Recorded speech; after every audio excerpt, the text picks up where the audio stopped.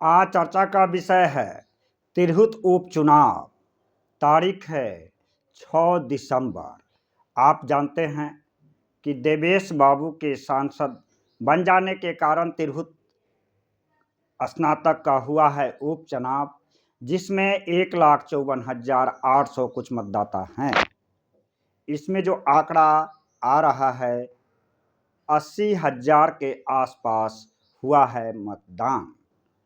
इसमें कौन मारेगा बाजी, इस पर हम आज करेंगे वार्तालाप। साथियों, ऐसे तो 18 उम्मीदवार है मैदान में। एक उम्मीदवार की मृत्यु हो गई थी, लेकिन उनका भी नाम था। 18 इस तरह से 17 उम्मीदवार बचे हैं, लेकिन 18 उम्मीदवार मैदान में हैं। आगे बात हम करते हैं कि मुख्य मुकाबला किसके बीच में है। महागठबंधन से राजद समर्थित प्रत्याशी गोपी किशन, जेडीयू उम्मीदवार अभिषेक झा एनडीए गठबंधन, प्रशांत किशोर जन सुराज की पार्टी से विनायक गौतम, निर्दलीय उम्मीदवार संजय झा, निर्दलीय उम्मीदवार राकेश रोशन, निर्दलीय उम्मीदवार शिक्षक संघ के नेता राजवंशी। यह मुकाबला जो तिरहुत स्नातक का है 6 पार्ट में बटा हुआ है। आंकड़ा जो आ रहा है कि लोग आशा करते जा रहे हैं कि द्वितीय वरीयता पर भी निर्भर करता है। 80,000 मतदान में जो 22-25 हजार के बीच में जो लाएगा, उनके माथे पर जीत का सेहरा बंधेगा। अब एक एक उम्मीदवार की क्या स्थिति है, इसके बारे में चर्चा करता हूं। गोपी किशन वैश्य उम्मीदवार हैं, आरजेडी के समर्थन प्राप्त है। शुरू में इनका मैनेजमेंट सही नहीं था। मैदान में पार्टी के जो कैडर वोट है इनके साथ था, लेकिन यह उम्मीद नहीं किया जा रहा था कि वैश्य उम्मीदवार के नाते वैश्य मतदाता भी राजद के समर्थन में स्नातक निर्वाचन क्षेत्र में आएंगे। लेकिन मतदान के दिन आते आते कुछ स्थिति बदली है और जीत का निर्भर यह करता है कि वैश्य उम्मीदवार इनके पक्ष में कितना मत कर पाते हैं। लेकिन जो तिरहुत की स्नातक की स्थिति है, मुख्य मुकाबला में यह आ रहे हैं। अब बात दूसरे प्रत्याशी का है, अभिषेक झा का है। जेडीयू समर्थित उम्मीदवार हैं, भारतीय जनता पार्टी के गठबंधन के साथ है, लोजपा भी है, हम भी हैं।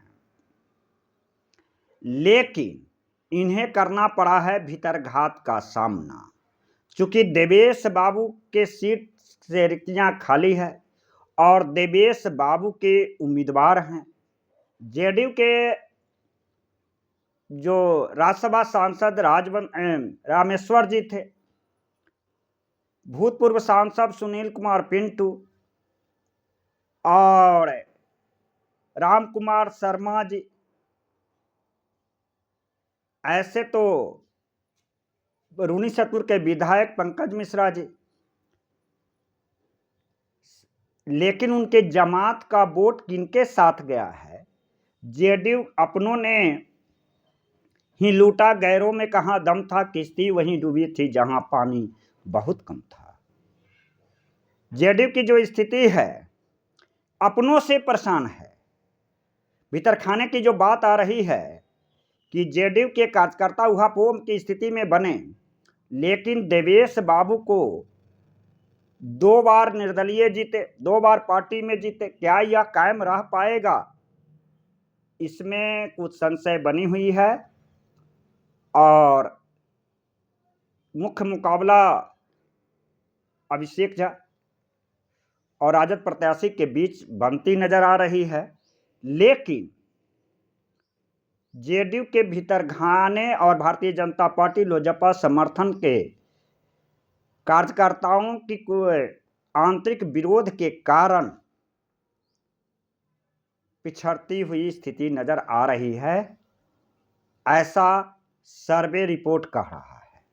बात कर लेते हैं तीसरा, विनायक गौतम का, जो प्रशांत किशोर के जन स्वराज के समर्थन में उम्मीदवार हैं। इनका जो भूमिहार मतदाता है, इस जमात से आते हैं, समाज से आते हैं। 100 के 100% में 80% इनके साथ मत पड़ा है। प्रशांत किशोर का अपना कैडर वोट है। तो त्रिकोणीय मुकाबला में ये विनायक गौतम भी आ रहे हैं, ऐसा जो एग्जैक्ट पोल जो आ रहा है, इनका भी मुकाबला में है। और प्रशांत किशोर का जो कैडर है, लेकिन यहाँ ब्राह्मण उम्मीदवार में 2 उम्मीदवार था, जैसे कि प्रशांत किशोर का अतिक्रम इसमें नहीं चल सका। लेकिन प्रशांत किशोर के जन स्वराज के जो कैडर के वोटर है, वह गौतम विनायक के साथ 50% साथ दिया है मतदान के आज तक। माइक्रो मैनेजमेंट भी था इनका और मैनर भी था। इस तरह से कहा जा सकता है कि जेडीयू के बीजेपी के गठबंधन के जो माइक्रो मैनेजमेंट जितनी होनी चाहिए उसमें कमजोरी आई थी, क्योंकि सीट उनका था। अगर वह सीट लूज होता है, जैसा सर्वे रिपोर्ट है, तो 0/8 साबित होगा। बाकी जो भी सीट इनको इसकी ली जाएगी, उनके लिए उपलब्धि कहा जाएगा। बात हम कर लेते हैं अगला उम्मीदवार संजय झा के। संजय झा निर्दलीय प्रत्याशी हैं, 16 नंबर इनका नंबर था। मुजफ्फरपुर जिला से आते हैं। शुरू में जब वोटर बनाया गया, सभी पार्टी में जेडीयू के उम्मीदवार भी बनवाए, संजय झा भी बनवाए। संगठन इनके पास कमज़ोर था, लेकिन धीरे धीरे इनका हवा बहा और ब्राह्मण समाज में जैसा सर्वे रिपोर्ट कह रहा है कि 40% वोट किसका, जेडीयू उम्मीदवार अभिषेक झा का, इंजीनियर अभिषेक झा का, जो देवेश बाबू के वृद्धहस्त प्राप्त है, उस वोट में से 40% ब्राह्मण समाज का किसके झोली में गया है, संजय झा के झोली में गया है।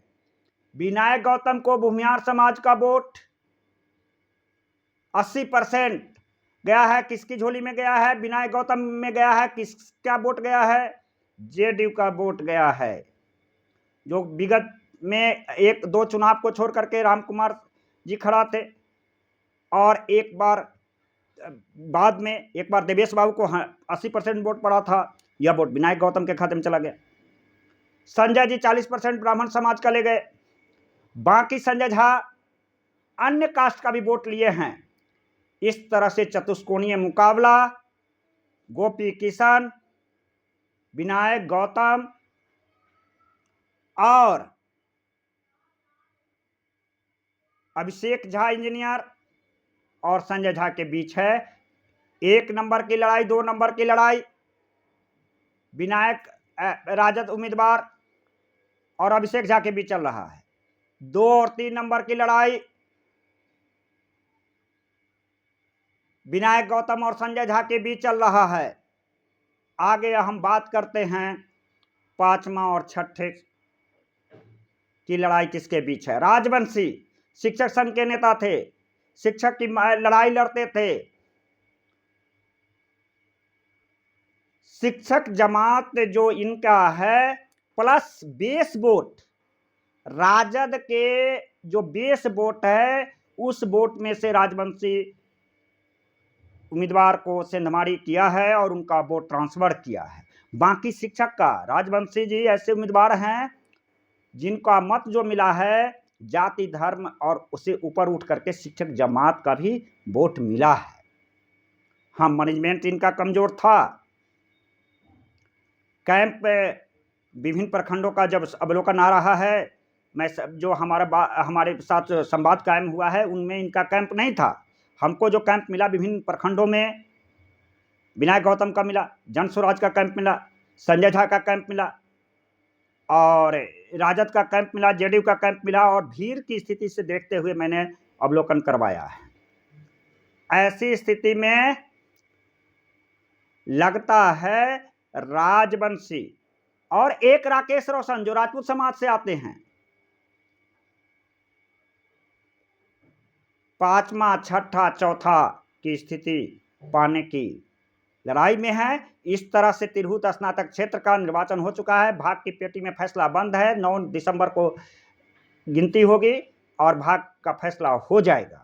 लेकिन लगता है जे इस बार जैसे द्वितीय मतदाता की काउंटिंग पर भी नजर रखे हैं उम्मीदवार और मतदाता, देवेश बाबू का चुनाव होता था, शाम होते होते स्थिति स्पष्ट हो जाती थी।